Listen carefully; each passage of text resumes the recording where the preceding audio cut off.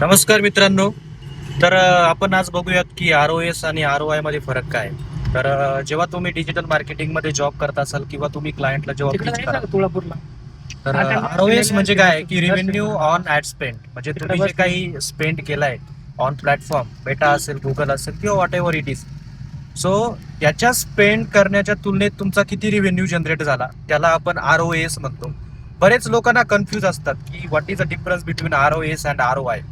So हे लक्षात ठेवा, ROS म्हणजे काय, revenue on ad spend. Ad spend वरती जो काही खर्च झालाय त्याच्यावरती किती रिव्हेन्यू जनरेट झालाय त्याला आपण ROS म्हणतो.